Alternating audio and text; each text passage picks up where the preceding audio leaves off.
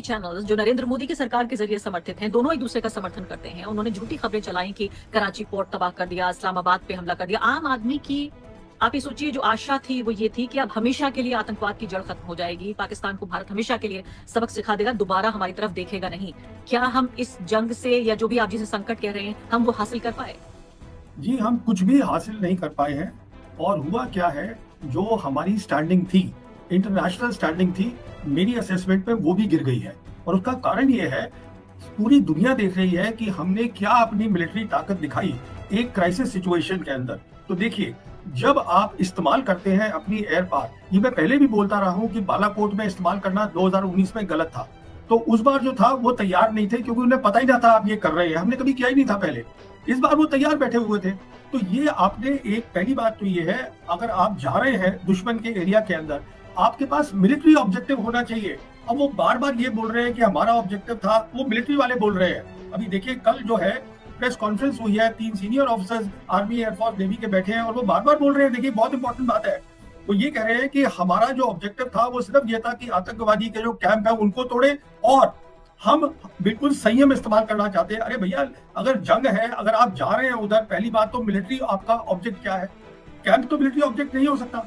आपको military targeting करनी है, वो आपने की नहीं। ऊपर से आप ये बोल रहे हैं कि हम हर बार उनको बोल रहे हैं कि हम अपनी तरफ से संयम कर रहे हैं। इसका मतलब ये है कि आप लड़ाई करना ही नहीं चाहते। उसके बाद देखिए क्या हुआ, 6 और 7 की रात को जो भी कुछ हुआ, 7 की सुबह ही पाकिस्तान ने अपने एक सीनियर अफसर को, पाकिस्तान एयरफोर्स के जो उनका नंबर 3 अफसर है, air chief marshal Aurangzeb Ahmed को बुलाया, जिसने एक इंटरनेशनल ब्रीफिंग दी, जिसमें बताया उसने मैप लगा के कि देखिए हमने 5 इनके जो फाइटर जेट्स है उनको गिरा दिया है। अब कल जब पूछा गया, पहली बार जब आए ये लोग, जो हमारे डायरेक्टर जनरल एयर ऑपरेशंस हैं, एयर मार्शल भारती, इनसे ये सवाल पूछा एक जर्नलिस्ट ने हिंदू के, कि साहब ये जो खबर आ रही है क्या आप ये ठीक है कि नहीं है? तो उन्होंने कहा कि देखिए साहब, जंग के अंदर तो लॉसेस होते ही हैं, हमारे पायलट सेफ आ गए हैं, और फिर बोलते हैं कि अभी जो है ऑपरेशन सिंदूर जो है वो चल रहा है। अरे देखिए साहब, अभी एक क्राइसिस है, अगर आप ये नहीं कबूलेंगे या अपना एक्सप्लेनेशन नहीं देंगे, तो दूसरी साइड की जो क्लेम होते हैं, जो वो दावा कर रहे हैं, उसको दुनिया मानती है, और वही हुआ है। पूरी दुनिया वही लिख रही है। अब देखिए हमने क्या किया, जो मेरी असेसमेंट है, 6-7 की रात के बाद हम लोग टेलीफोन्स पे लग गए। वो क्यों लग गए? क्योंकि 7 तारीख को ही पाकिस्तान आर्मी के जो डीजी ISPR थे, लेफ्टिनेंट जनरल, उन्होंने ये ऐलान कर दिया कि अभी तक जो हुआ था 6-7 की रात को, वो इंडिया का हमला था, हमने सिर्फ डिफेंसिव एक्शन किया था। अब हम करेंगे अपना, देंगे उनका जवाब। हम लोग यहाँ से फिर लग गए टेलीफोन करने। अब आप देखिए जो खबरें आई हैं, हमारे नेशनल सिक्योरिटी एडवाइजर, मैं जयशंकर साहब की बात नहीं कर रहा हूँ, वो फॉरेन मिनिस्टर है, नेशनल सिक्योरिटी एडवाइजर डोवल साहब, खबर आई है कि इमीडिएटली उन्होंने secretary of state Marco Rubio से बात करी, सऊदी से बात करी, जापान से बात करी, फिर चीन के फॉरेन मिनिस्टर वांग से जयशंकर साहब ने बात करी, उसके बाद फ्रांस से बात करी, UAE से बात करी। आप सब क्यों बात कर रहे हैं? एक तरफ तो आप ये कह रहे हैं कि हम संयम से काम कर रहे हैं, वो आप अपना कमजोरी दिखा रहे हैं कि आप लड़ाई करना ही नहीं चाहते हैं। तो मेरी असेसमेंट में, अगर आप लड़ाई के लिए नहीं तैयार थे तो ये आपको करना ही नहीं चाहिए था। प्रवीण जी, अब यहाँ पे सवाल ये पैदा होता है कि एक कम्युनिकेशन के छात्र के तौर पर कैसे कम्युनिकेट किया जाए, खासकर संकट में आपकी परीक्षा होती है। 2 तरह से कम्युनिकेट करना था, भारत की सरकार को भारत के पत्रकारों से कैसे कम्युनिकेट करना था, भारत की सरकार को भारत की आम जनता के साथ कैसे कम्युनिकेट करना था, और भारत की सरकार को जो अंतर्राष्ट्रीय समुदाय है उसको क्या बताना था। 3 स्तरों पर ये कम्युनिकेशन होना था। और आप भी जब सिक्योरिटी की हम बात करते हैं तो कम्युनिकेशन भी उसमें बहुत अहम है। तो मुझे ये बताइए, इन तीनों मुहानों पर क्या आपको लगता है कि हम फेल हो गए? भारत के पत्रकारों के साथ, हमारी आम जनता को हमने क्या संदेश दिया, जबकि वो इतने परेशान थे कि जिंदा बचेंगे नहीं बचेंगे, क्या राशन घर में इकट्ठा कर लें, क्या करें, क्या वही जंग का माहौल बन रहा है? और तीसरे, पूरी इंटरनेशनल कम्युनिटी अपने कान आगे करके सुन रही थी कि अब देखते हैं ये 2 सबसे बड़े देश और दोनों न्यूक्लियर पावर्स हैं, ये क्या करेंगी, क्या कोई नई तबाही आने वाली है दुनिया में? देखिए, पहली बात तो ये है, ये न्यूक्लियर पावर की बात ये ना ही करें तो बेहतर है। उसका कारण क्या है, हमने हर जंग में देखा है कि पाकिस्तान की मिलिट्री कमजोर नहीं है, न्यूक्लियर तक बात जाएगी ही नहीं। अब जहां तक आपने बात करी इंफॉर्मेशन वॉर की, जैसे मैं आपसे बता रहा था, उन्होंने 7 तारीख की सुबह को ही इंटरनेशनल ब्रीफिंग दे दी, सब इंटरनेशनल, और उन सब ने उनकी कहानी लिखी। हम बता ही कुछ नहीं रहे हैं। पहले हमारे फॉरेन सेक्रेटरी थे, वो मिस्री साहब, वो कुछ बता ही नहीं रहे हो क्या रहा है। अच्छा, उसके बाद जब ये एयर मार्शल भारती आए हैं, तो ये कह रहे हैं लॉसेस होते हैं, पर उस सवाल का जवाब नहीं दे रहे हैं, समझे। उसके साथ साथ हम फोन कर रहे हैं, वो भी फोन कर रहे हैं, वो भी लड़ाई नहीं चाहते।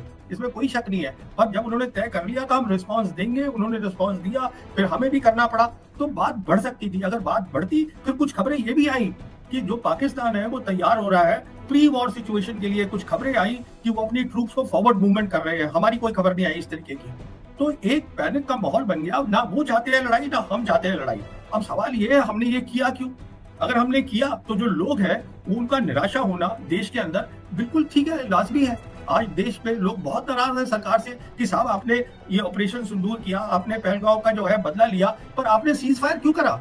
और मजेदार बात देखिए आप, ये जो दुखद बात है रादर वो ये है कि वो प्रेसिडेंट ट्रंप अनाउंस कर रहे हैं और अभी तक हमारे प्रधानमंत्री ने एक भी बयान नहीं दिया है ऑपरेशन सिंदूर के ऊपर। इतने दिन हो गए हैं, 6-7 की रात को शुरू हुआ था, कोई प्रेस कॉन्फ्रेंस नहीं हुई। तो मुझे बताइए, चलिए मान लेते हैं एक दफा को जनता नाराज है क्योंकि टीवी चैनल्स ने खासकर जो पूरा उन्माद फैलाया युद्ध का, उसके बाद लोगों की उम्मीदें भी बढ़ गई। और आप जानते हैं भारत में एक तबका कम से कम ऐसा है, खून खराबे को पता नहीं क्यों, भारत का ये इतिहास है या क्या बात है, समाजशास्त्री इस बात को बताएं कि क्यों युद्ध का को लेकर इतना प्रेम है या ब्लड शेड को लेकर कम से कम एक तबका ऐसा है जरूर जो चाहता था कि युद्ध होना चाहिए।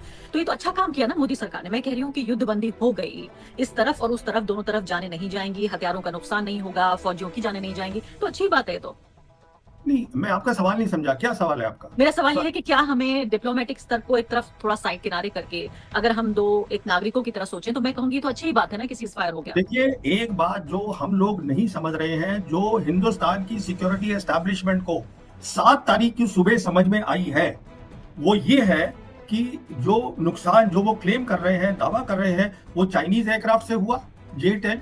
जो वो क्लेम कर रहे हैं मिसाइल PL-15 वो चाइनीज मिसाइल थी।